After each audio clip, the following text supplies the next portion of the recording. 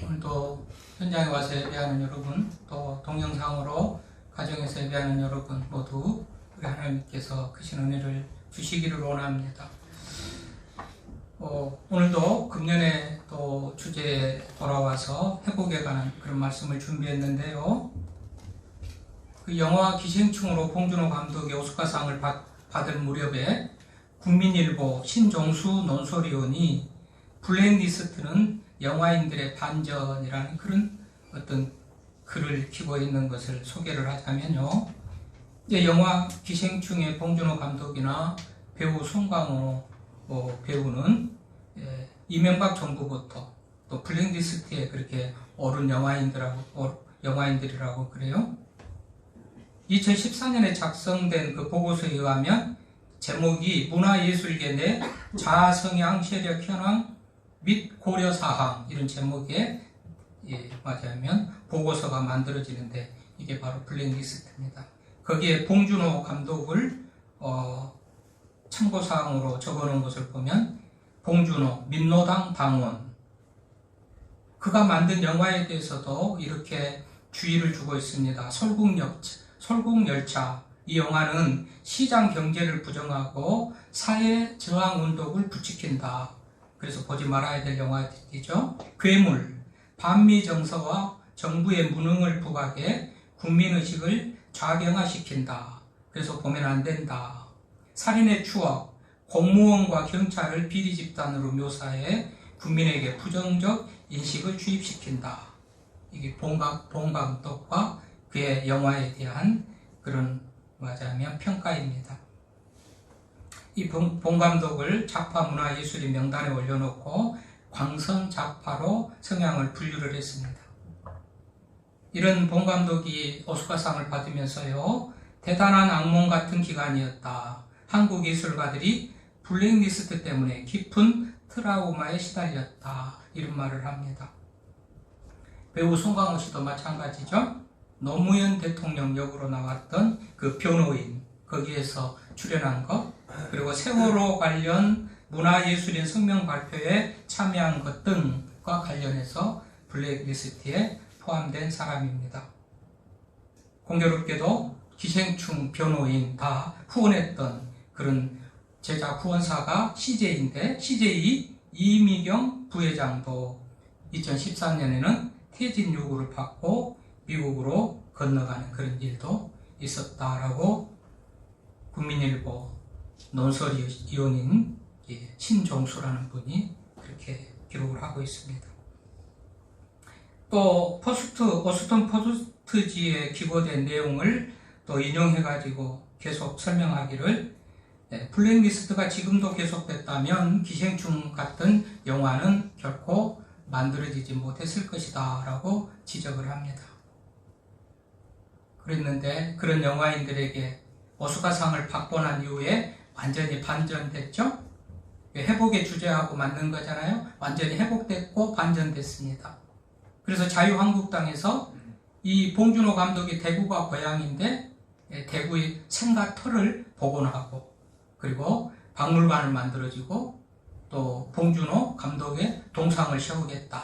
뭐 이런 얘기들을 이제 하고 나오니까 뭐죠? 완전히 이전과는 다른 그런 반전의 모습을 보이죠. 봉준호 감독의 입장에서 보면 송강호 배우 입장에서 보면 회복되어진 그런 상황을 말하고 있죠. 여러분 우리가 정의가 승리할 때 우리는 통쾌하고 기뻐하죠. 내가 영광을 얻을 때는 감사하고 남이 영광을 받을 때는 또 박수도 보내고 그렇습니다. 자, 블랙리스트에 올랐던 무슨 사람들이 반전이 돼가지고 회복이 되고 이렇게 됐을 때 얼마나 기쁘고 통쾌하겠습니까? 그런 것 같이 이제 본문에서 그보다도 훨씬 더 좋은 반전을 이루고 회복되는 그런 하나님의 백성들의 얘기를 기록하고 있습니다.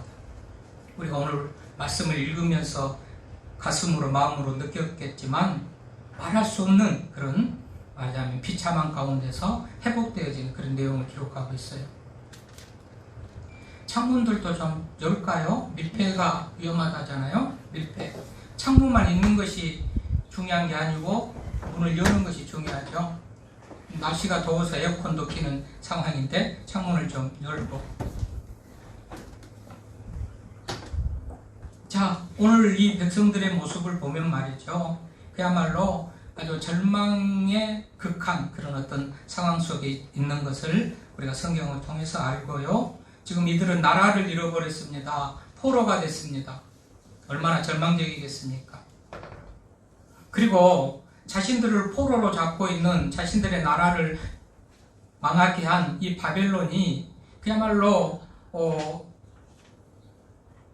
조금만 더 힘을 키우든지 조금 있으면 망할 어떤 가능성이라도 있다면 그래도 소망을 가져보겠는데요. 당시 바벨론은 대제국을 이루면서 막강한 그런 힘을 가지고 있기 때문에 언제 이 나라가 망해서 우리가 해방되겠나, 아주 이 생각도 꿈도 못 꾸는 아주 절망 속에 있는 그런 상황이 당시 하나님의 백성들이 처한 상황이었습니다.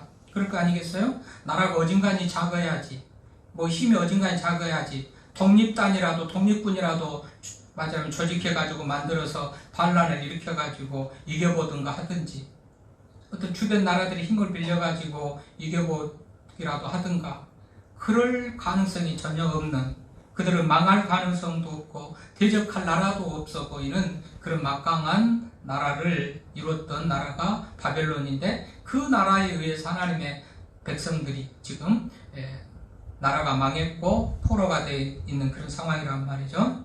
정말 어찌할 수 없는 절망적인 그런 상황입니다.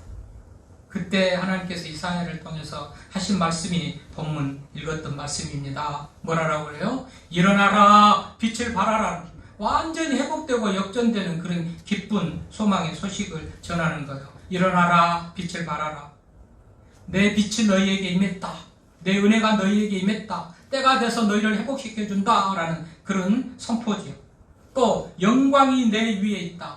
내가 너를 영화롭게 한다 라는 말은 그 절망 속에 있는 이스라엘 백성들에게 그야말로 희망의 그런 소식이었던 것이죠. 사실 이제 이때만 아니고 하나님께서는 하나님의 백성들을 늘 영화롭게 하기를 원하시죠. 태초에 하나님이 인간을 창조할 때부터, 에덴 동산에 아담과 하와를 창조할 때부터 하나님은 그들에게 모든 하나님의 어떤 그 능력과 지혜를 줘서 온 우주 만물을 관리하고 다스리게 했어요.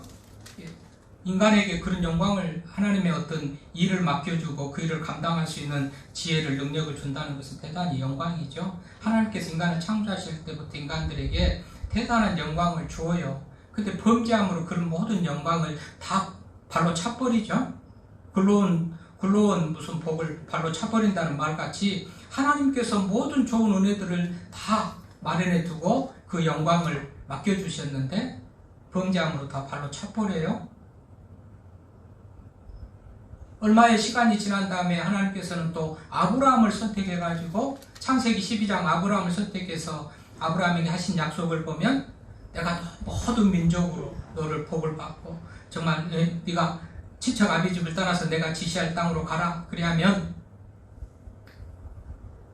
큰 민족을 이루게 하겠고 복의 근원이 되게 하겠고 복이 되리라 하면서 하나님께서 아브라함에게 그런 영광을 줘요. 또 영광 얻을 기회를 준단 말이죠. 아브라함하고 하나님하고 이전에는 아무런 관계도 없어요. 안면도 없습니다. 일면식도 없습니다. 그런데 어느 날 갑자기 하나님께서 아브라함을 불러가지고 큰 민족을 이루게 하겠다. 내 이름을 창대하게 하겠다. 한 인간을 영광된 자리로 높여주겠다. 그렇게 하나님께서 하신 것이죠. 그래서 아브라함이 뭣도 모르고 하나님 말씀 따라서 고향을 버리고 친척을 버리고 하나님이 지시할 땅으로 가요. 어떻게 고생 해가지고 가나안 땅에 들어갑니다. 그런데 그곳에서 영광은커녕 역시 그곳에서도 주변의 악한 나라들의 맞이하면 공격을 받아가지고 어려운 일을 만나기도 하고 흉년이 들어가지고 또 애국으로 어디로 다니면서 맞이하면 정말 구걸하는 그런 삶을, 연명하는 그런 삶을 살 수밖에 없는 그런 고난을 당하기도 하고, 그러다가 손자 야곱 때에 그 야곱의 아들 요셉이 어쩌다가 애국으로 가서 하나님의 은혜 가운데 된 것이지만 총리가 돼가지고 가나안 땅에 기근이 들어서 먹을 것이 없을 때 그 가족들을 다 불러가지고 애굽으로 내려가죠. 430년 지난 다음에 이 애굽으로 내려갔던 아브라함의 후손들, 야곱의 후손들은 종이 돼가지고 노예가 돼가지고 애굽의 사람들을 그렇게 말하자면 섬기고 종노릇하는 그런 모습으로 살 때 또 하나님께서 불쌍히 여겨가지고 모세를 통해서 그 백성들을 구원해 내지요. 광야 40년의 훈련과 고생을 통해서 하나님에 대한 믿음을 더 견고히 한 다음에 다시 약속의 땅 가나안으로 들어가요.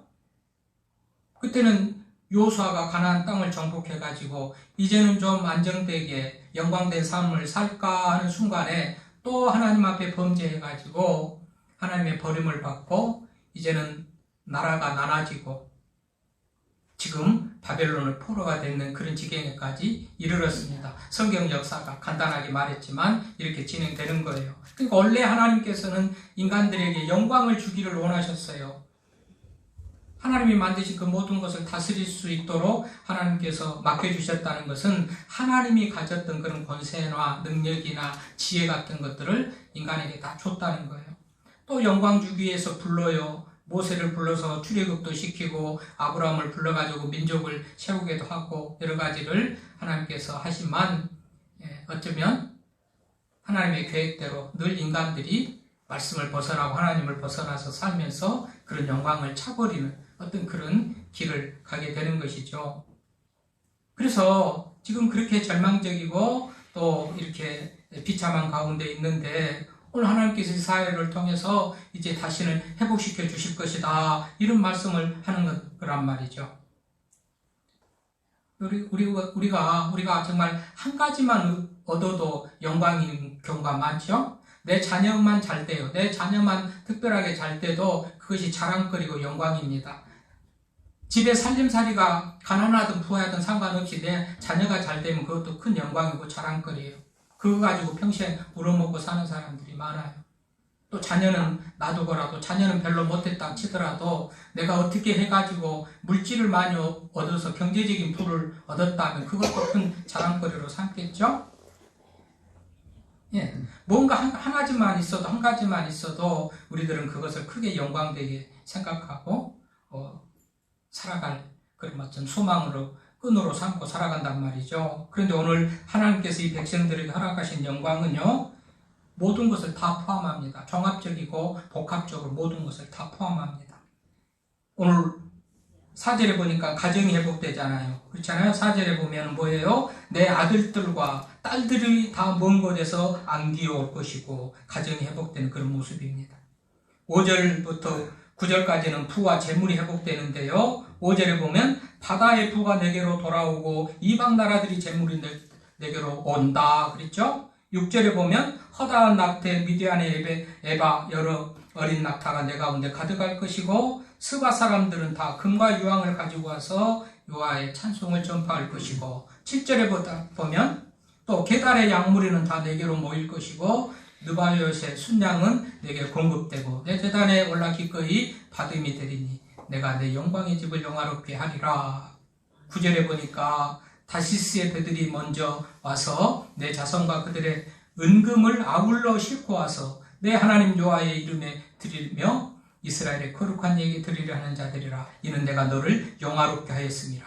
하나님께서 이스라엘 백성들 택한 하나님의 백성들을 영화롭게 했는데 가정이 회복되는 영화도 주시고 물질이 회복되는 영화도 주시고 이전에 가졌던 것보다도 더 많은 좋은 것들로 온전히 풍성하게 영광을 회복해 주셨다. 하나님께서 그렇게 하셨기 때문에 그런 은혜가 이 백성들에게 온다라고 성경이 그렇게 말하고 있죠. 그러니까 가정의 회복, 물질의 회복뿐만 아니라 10절에서 12절 보면 뭐라고 그래요? 이방 나라들이 섬기고 이방 나라들이 그야말로 성벽을 쌓아서 그들의 왕들이 너를 섬기고 그들의 왕들이 하나님의 백성들을 섬긴대요. 성벽을 쌓아가지고 보호해준대요. 이전까지는 대적하고 어떻게 하면 무너뜨릴까 불태우고 빼앗아가고 약탈하고 했을 대적들이 하나님께서 회복시키시고 하나님께서 영화롭게 하고 하나님께서 은혜를 주시니까 완전히 역전되어지는 그런 모습으로 완전히 정말 회복되는 그런 모습으로 하나님께서 바꿔주시겠다, 회복시키시겠다, 지금 그렇게 말씀한 거죠.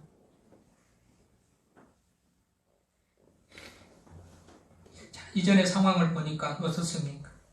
이전의 상황을 보면 오늘 10절에 내가 노하여 너를 쳤으나 이제는 나의 은혜로 너를 불쌍히 여겼은즉, 이전에는 하나님께서 진노하셔서 노하여서 이스라엘 백성들을 쳐가지고 그런 상황이 이르렀다는 거예요. 왜 진노하셨을까? 왜 노하셨을까? 왜 하나님께서 치셔가지고 이런 상황이 됐을까요? 뻔하지요? 우리는 다 알지요? 하나님 앞에 범죄했기 때문에 그래요. 자, 바로 이 과정, 일어나라 빛을 발하라 회복된다 영광을 주겠다 하기 바로 앞장이 59장이죠. 오늘 읽었던 장이 60장이면 59장 1절 2절 보니까 백성들의 죄를 규탄하지요. 요아의 손이 짧아 구원하지 못하심도 아니고 듣지 못하심도 아니고 오직 너희 죄악이 너희와 하나님 사이를 갈라놓아서 너희 죄가 그의 얼굴을 가리워서 너희에게 듣지 아니하기 때문에 이런 일들이 맞으면 일어나게 된 것입니다. 그래서 이스라엘이 죄를 지적하잖아요. 그러니 9절 12절에 보니까 그 죄로 말미암아 비참한 상황을 또 말하고 있잖아요. 59장 9절에서부터 그러므로 죄로 말미암아서 이런 비참한 일들이 일어나서 계속해서 비참한 상황을 이어져 가는 거예요. 그러다가 어떻게 됩니까? 이제는 스스로 이것이 자신들의 죄의 잘못이라는 것을 깨달으면서 고백을 하죠. 12절 이는 우리의 허물이 주님 앞에 심히 많으며 우리 죄가 우리를 쳐서 증언하오니 우리의 허물이 우리와 함께 있음이라 우리의 죄악을 우리가 아나이다. 하나님이 죄를 지적하고 이스라엘 백성들 생각해 볼 때도 스스로 그런 죄인인 것을 깨닫게 되고 고백하고 그러잖아요. 그리고 회개하고 그러니 우리의 죄 때문에 그랬다라는 것은 벌써 자신들의 죄를 인식하고 하나님 앞에 돌아오고 회개하는 그런 모습이죠. 그러니 하나님께서 회복의 은혜를 주시는 거예요. 과정이 그렇게 있잖아요.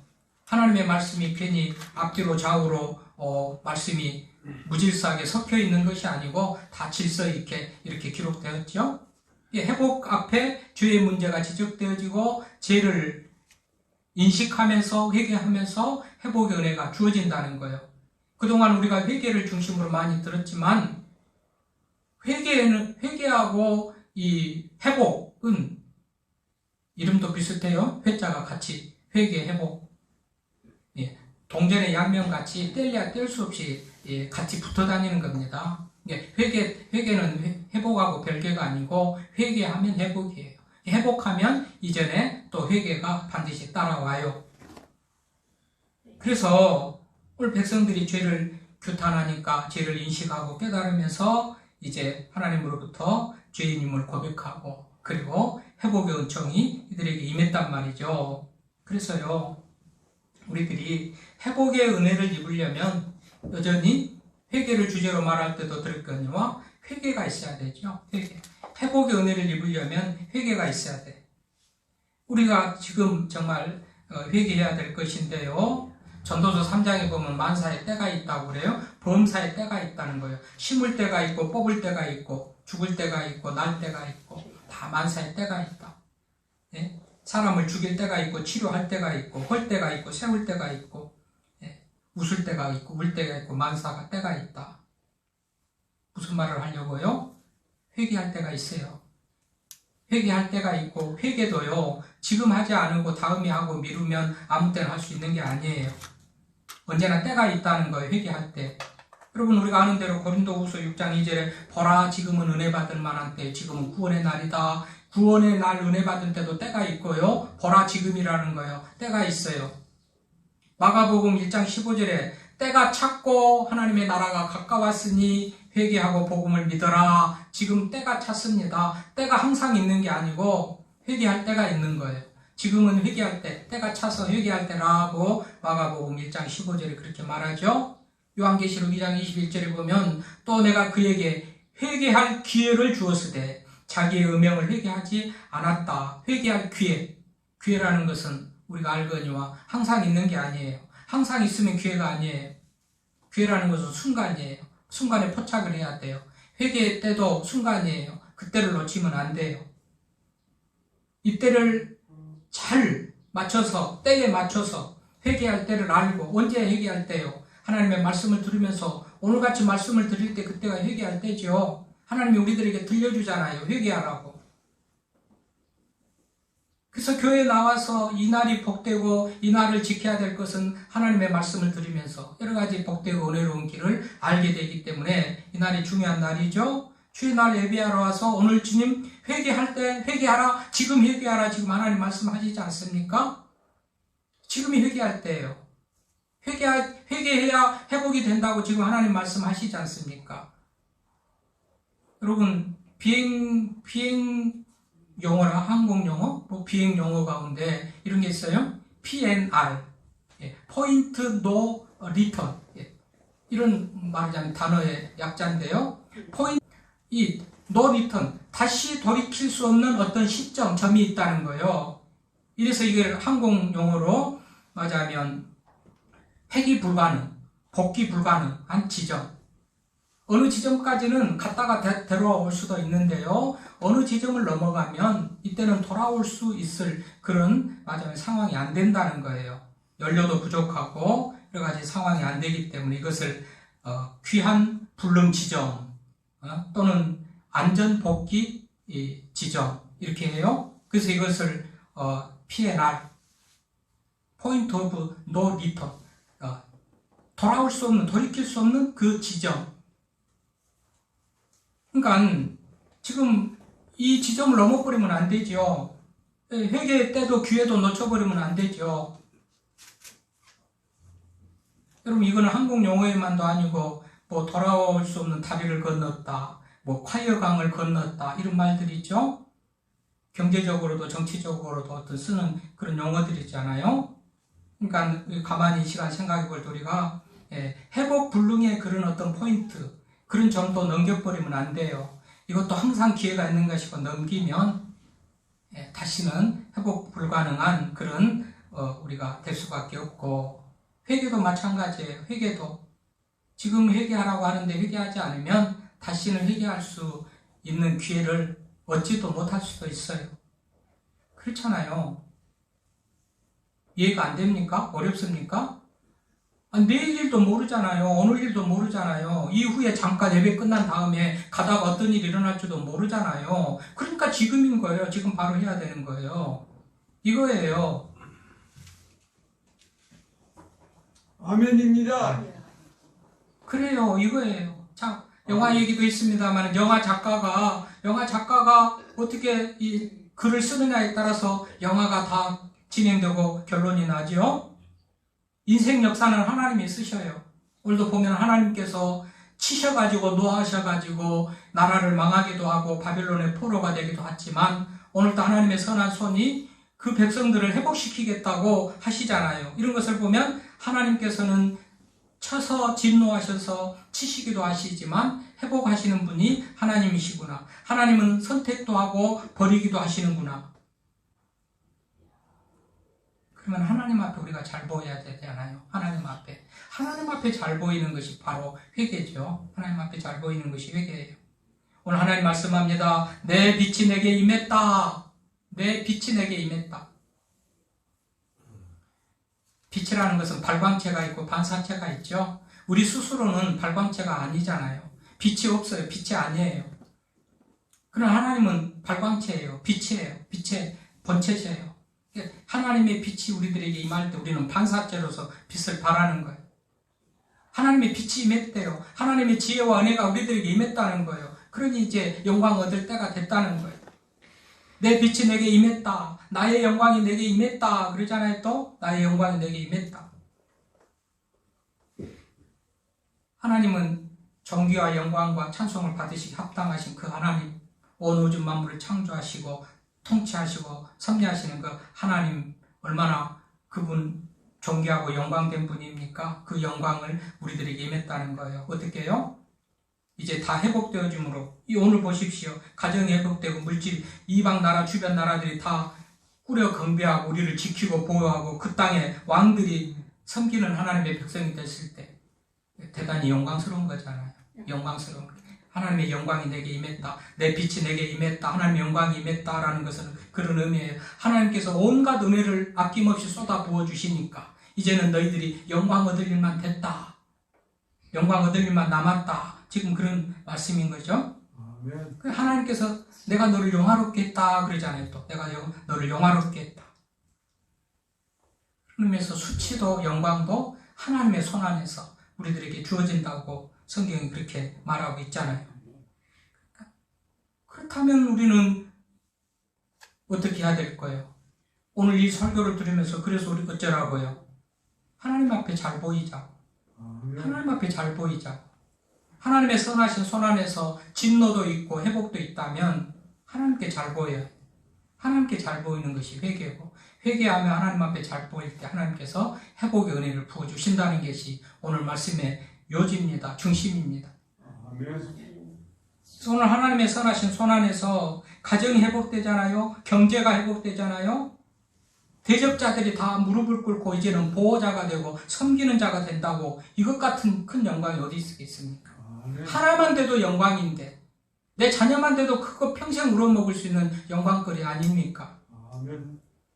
그런데 자녀도 잘 때 자녀도 다 회복하고 돌아오지, 물질도 회복하지, 주변 나라들이 다 존경하는 그런 모습을 가지지, 얼마나 자랑스럽고 영광인가. 이것을 하나님께서 회복시켜 주신다는 거 아닙니까? 그래서 우리 5월달에 이 금년에 우리가 계속 회복을 말하면서 나가는데 우리 모든 성도들의 가정, 자녀들도 회복되기를 바랍니다. 또 경제도 회복되기를 바랍니다. 모든 인간관계, 주변의 대적자들이 존귀한 자로도 바뀌는 인간관계도 회복되는 역사가 있기를 바랍니다. 아멘입니다. 그런 데는 하나님 앞에 잘 보일 때, 하나님 앞에 잘 보일 때 이런 은혜가 임하고, 하나님 앞에 잘 보이는 것은 결국은 말씀대로 사는 것이죠. 하나님을 잘 보이는 것은 하나님을 대우하는 거예요. 대접하는 거예요. 하나님을 대접하고 대우하는 게 뭐죠? 오늘 같은 날 주의 날, 하나님께 예배하는 날도 와서 하나님께 예배하는 날, 하나님에 대한 대우입니다. 대접이에요. 또 하나님의 말씀을 들으면서 말씀에 순종하고, 말씀에 아멘하고 받아들이고 순종하고, 하나님의 말씀에 대한 대접이죠. 외우지요. 하나님을 기쁘시게 하는 거고 하나님께 잘 보이는 거예요. 목이 터져라 말하는데 듣는지 마는지, 말하는 말하고 전혀 관계없이 살아갈 때 말하는 사람들이 얼마나 힘이 빠지겠습니까? 하나님도 하나님의 말씀으로 이렇게 말씀을 하는데 목사가 대신 전하고 대신 하나님의 말을 전해주고 조금 어려운 부분은 보충 설명해서 해주는 것이 설교일지인데 하나님의 말을 하는 거죠. 그러니까 하나님의 말을 하는데 말을 하나님의 말로 안 듣고 사람의 말로 들으면서 또는 그 말에 뭐 행할 것을, 무엇을 원하고 바라는 것을 캐치를 못하고 그냥 그런 순종의 삶을 살기를 결단도 하지 않고 그냥 한번 듣는 것으로 끝나버리면 하나님의 말씀에 대한 대우가 아니에요. 대접이 아니에요. 그러면 하나님께서 잘 보이는 게 아니죠. 그렇다면. 그래서요, 우리가 예배하는 우리들도요, 하나님께 집중, 그래서 내가 우리가 하나님께 집중해요. 마음과 목숨과 뜻과 힘을 다해서 하나님을 전신전력으로 섬기면서 집중하고, 하나님의 말씀을 들으면서 하나님이 지금 무슨 말씀을 하시지? 그래서 나한테 어떻게 하라는 것이지? 1시간 예배 시작 11시부터 12시까지 찾아 앉았다고 예배 드리는 게 아니고 그 말씀이 무엇을 말하는지 그대로 깨닫고 살기를 결단하고 잘못된 삶에 대해서 회개하고 또 그렇게 살기를 노력하고 그렇게 살겠다고 결단하고 이런 것이 하나님 앞에 잘 보이는 거예요. 그렇게 잘 보일 때 우리 하나님께서 가정들마다 회복해 주실 것입니다. 이제는 좀 더 하나님을 대접하고 예우하고 하나님을 하나님답게 잘 보이는 그런 모습으로 살 수 있는 우리가 되기를 바랍니다. 왜 그래요? 하나님 좋으라고? 아니, 우리가 회복되려, 우리가 회복 은혜를 잊기 위해서. 하여튼 회복되기를 바라잖아요. 아니, 회복되기 말고 그냥 이대로 좋고 회복 안 돼도 좋다면 안 해도 됩니다. 그러나 회복되기를 바라면 이렇게 하자고요. 하나님을 잘 보여서 회복되어지는 그런 은혜가 있기를 바랍니다. 하나님 아버지 감사합니다.